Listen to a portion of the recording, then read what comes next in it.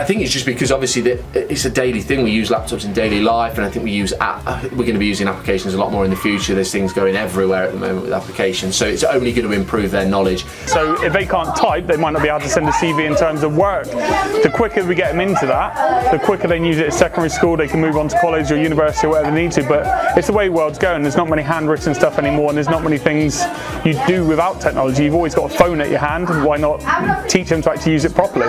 It's 50-50 now in the world that we are leading, and the generation that our children, as they get older, and how technology is going to be so important in their everyday life, just as it is for us now. Well, because they're going to be going into the workplace, and that's what they're going to use. They're going to use laptops every day, they're going to use computers every day, so it's important that they get a head start now in knowing what they need to do for the future, because that's what they're going to use when they're going to secondary school, university, college, and into the workplace as well.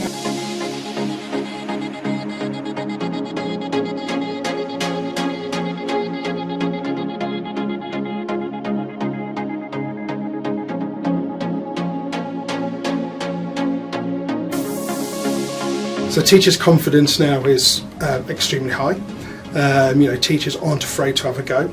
So when we suggest something, or whether when they experience something on the MEC, or when there's been an update, for instance in OneNote or within Teams, which they have to adapt to, they're not afraid of doing that because they know it works. We made it a prerequisite for us to say that we wanted Joe to come in every 3 weeks. 2:30 to 3:30 working with support staff, and then 3:30 till 5 with our teachers. And the teachers and support staff would set the agenda for those. What are you struggling on? What else do you want to look at? Let's look at the MEC together. Having that support network there is absolutely integral, because if you can build that confidence within your staff, then the staff won't be afraid to use it within the classroom and introduce it to their teachers. And I think it's schools that I look at now that perhaps aren't as far ahead of us haven't made that the priority of using that training that's out there to do that. It has. It's been really, really useful. Obviously, we know that we've got Joe to go to if we ever need support. You email back straight away. You're always there, so it's great to know that you are on hand with that. But in terms of going through the things that we've been doing at school, the whole having computers for themselves, and they just get on. They just want to show what they're made of. At the moment they're writing historical narratives, and they said, can we type them? And they've been typing them up and showing all that additional creativity and what they can do on a laptop, but also showcasing it into their everyday lessons. It's been really exciting. If we hadn't had the continued professional development sessions with Joe, we wouldn't be aware of a lot of these apps and how to effectively use the Microsoft suite. There is no way I'd have known all of those ways that we could use it. I'd have probably stuck to using Word within Teams, and maybe if I'd felt a little bit brave, using Notebook.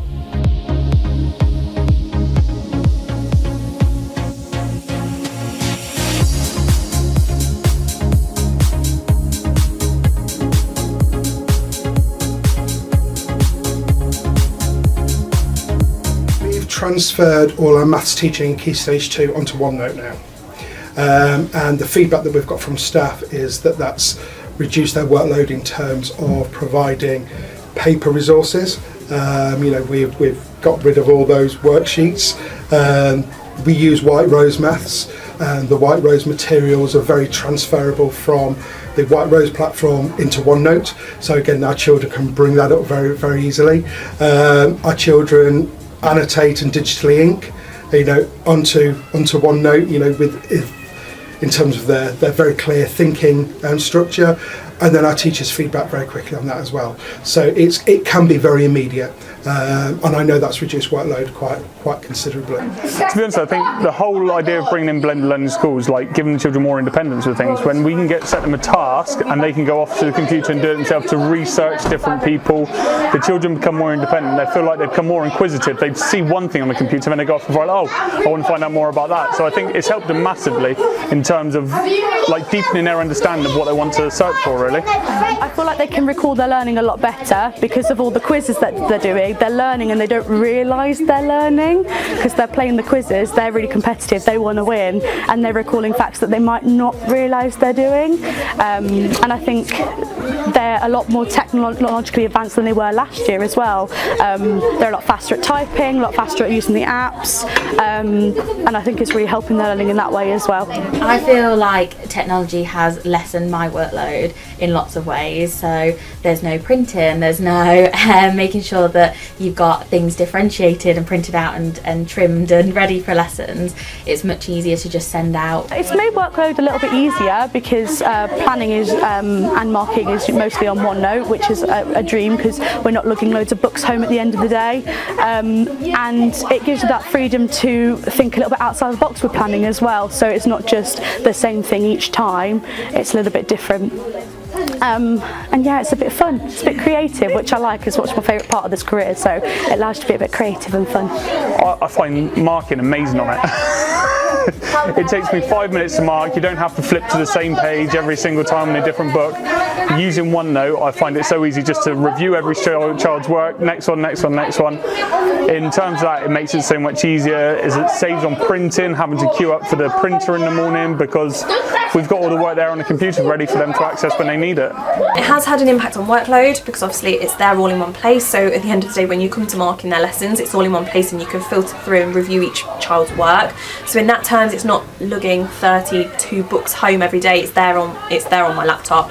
The children like it because it can be instant feedback, so sometimes whilst they've been working, I've had their OneNote open, especially during lockdown when we were working from home. I was then speaking to them whilst we're on a live Teams call, saying actually have a look at your third sentence and edit it, and we was kind of doing it like together, so cooperating and collaboratively. It was really nice in that terms. But yeah, definitely had a big impact on workload because you're not having to print off 32 sheets and cutting them, it's all there for them. Obviously using forms as well to quiz them on. It's just a different way of learning now. With the apps like Kahoot and Sentry, you get the data already done for you. So for example, they've just completed a diagnostic for space. I can go in and I can have a look at how well they know, what they already know, and that's going to inform my planning to know, okay, they already know this, I can move on, I can challenge them further, and it also allows me to see who might need that little bit of extra support as well. So it's really helpful in being able to kind of spot the people who need a bit of challenge and spot the people who need a bit of support as well.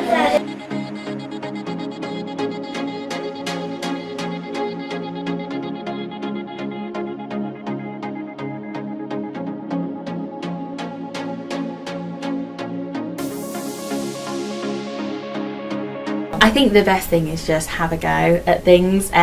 Don't be worried about overwhelming the children because they tend to be able to take in so much more than you could imagine, and they really can adapt, and they'll tell you what they enjoy, and a lot of the time it's if there's an app or something that you've used that the children enjoy and it's good for you as well, it will then make your teaching even better because obviously the children are engaged and you're getting something good out of it.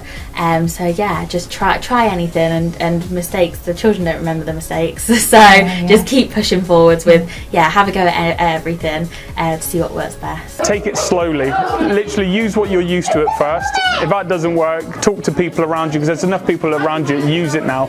Use what you're comfortable with at first, and don't worry if you make mistakes with it, because as I say, you can't break the technology. Everything can be fixed generally, unless you're throwing something out the window because you're that frustrated. I think you can't break anything in that sense, so just have a go, but take your time.